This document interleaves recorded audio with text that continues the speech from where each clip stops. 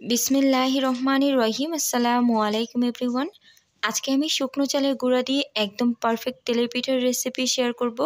খুবই ঝটপটভাবে আপনারা কিন্তু যে কেউই তৈরি করে নিতে পারবেন। এভাবে তৈরি করলে আপনারা প্রথমবারেই কিন্তু সফল হবেন। অনেকেই আছে কিন্তু তেলের পিঠা পারফেক্টভাবে তৈরি করতে পারেন না। আজকের রেসিপি ফলো করে যদি তৈরি করেন, আপনাদের ফার্স্ট থেকে লাস্ট পর্যন্ত সবগুলো পিঠে এরকম ফুলকো আর পারফেক্ট হবে। আজকের রেসিপিতে আমি এমন কিছু টিপস ফলো করতে বলবো আপনাদের, যেগুলো ফলো করলে অবশ্যই আপনাদের প্রত্যেকটা পিঠে এরকম ফুলকো হবে। তাই আমি আপনাদেরকে রিকোয়েস্ট করব ভিডিওটি স্কিপ না করে দেখার জন্য। আর আমার এই পিঠার রেসিপিটি যদি আপনাদের কাছে একটু ভালো লাগে তাহলে প্লিজ একটি লাইক করবেন আর নিচে কমেন্ট করে জানাবেন কেমন লেগেছে। আর অবশ্যই বেশি বেশি করে ফ্রেন্ডস এবং ফ্যামিলির মাঝে শেয়ার করবেন। চাইলে চ্যানেলটিকে সাবস্ক্রাইব করে আমার পাশে থাকতে পারেন। তো আর কথা না বাড়িয়ে চলে যাচ্ছি মূল রেসিপিতে। পিঠা তৈরি করার জন্য এখানে নিয়ে নিচ্ছি শুকনো চালের গুঁড়া। মেজারমেন্ট কাপ দিয়ে প্রায় 2.5 কাপ পরিমাণে শুকনো চালের গুঁড়া নিয়েছি। আপনারা চাইলে এখানে ভেজা চালের গুঁড়াটাও ব্যবহার করতে পারেন।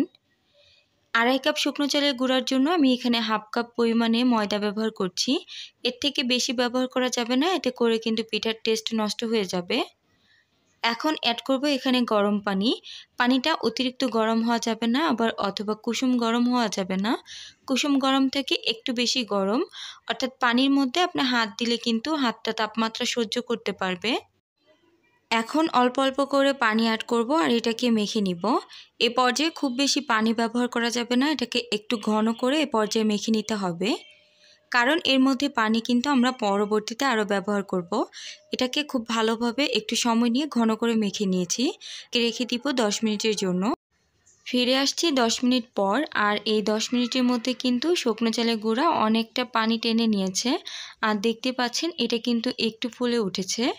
এখন এর মধ্যে দিয়ে দিব স্বাদ মতো লবণ। আমি এখানে 1/4 টেবিল স্পুন পরিমাণে লবণ ব্যবহার করেছি।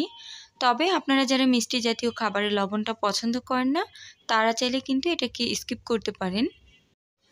এখন এর মধ্যে দিয়ে দিব গুড়। আমি এখানে প্রায় 1/2 কাপ পরিমাণে খেজুরের গুড় নিয়েছি। আর গুড়টাকে সামান্য পরিমাণে পানি দিয়ে এটাকে জাল করে একটু লিকুইড করে নিয়েছি।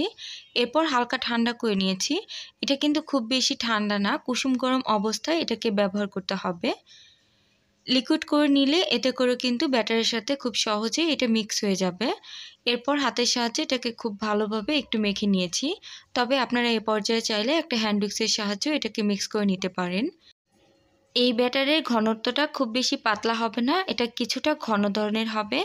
দেখতে পাচ্ছেন ব্যাটারটা যখন উপর থেকে পড়ছে তখন কিন্তু সাথে সাথে মিক্স হয়ে যাচ্ছে না, কিছুক্ষণ পর এটা কিন্তু ব্যাটারের সাথে মিশে যাচ্ছে। আর আপনাদেরকে যতটা সম্ভব আমি কাছ থেকে দেখিয়ে দিচ্ছি। চামচটা কিন্তু খুব ভালোভাবে কোট হয়েছে এই ব্যাটার দিয়ে। তো আশা করি বুঝতে পারছেন এটার ঘনত্বটা কতটা ঘন হবে। এখন পিঠাগুলোকে ভেজে নিব। ভাজার জন্য পর্যাপ্ত পরিমাণে সয়াবিন তেল খুব ভালোভাবে গরম করে নিয়েছি। তেলটাকে অবশ্যই খুব ভালোভাবে এখানে গরম করে নিতে হবে। এরপর পরিমাণ মতো ব্যাটার দিয়ে অপেক্ষা করব পিঠাটা যতক্ষণ না পর্যন্ত নিচ থেকে ফুলে উঠছে। দেখতেই পাচ্ছেন ব্যাটারটা পারফেক্ট হওয়ার জন্য পিঠাটা কিন্তু নিজের থেকেই খুব সুন্দরভাবে ফুলে উঠেছে। পিঠাটা যখন এক পাশ খুব ভালোভাবে ভাজা হবে তখন এটাকে উল্টিয়ে দিব, এরপর অপর পাশটাকেও ভেজে নিব। পিঠা দেওয়ার পর চুলার গ্যাসটাকে হাই থেকে একটু কমিয়ে দিতে হবে।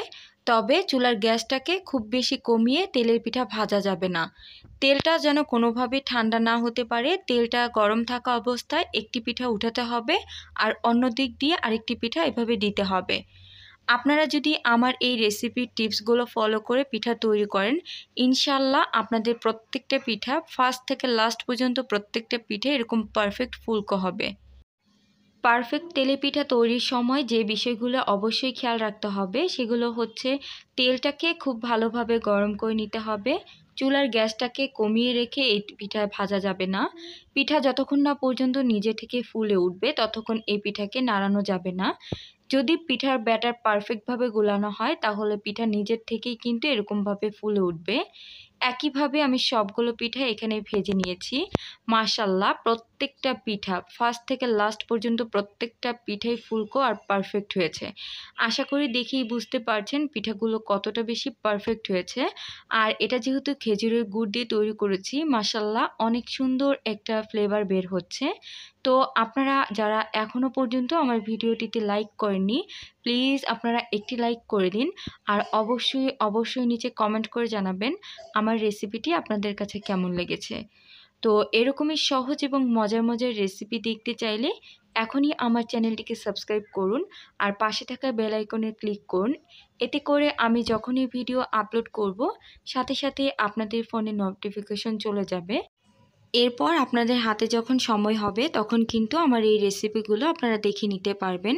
দেখতে পাচ্ছেন পিঠাটার ভেতরটাও কিন্তু অনেক সুন্দরভাবে কুক হয়েছে, কোনোভাবেই কিন্তু পিঠার ভেতরে কাঁচা নেই আর অনেক বেশি ফ্লাফি হয়েছে।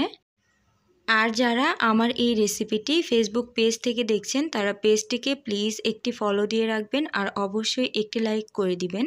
তো আজকে সবাইকে অসংখ্য ধন্যবাদ জানিয়ে বিদায় নিচ্ছি। আল্লাহ হাফিজ, আসসালামু আলাইকুম।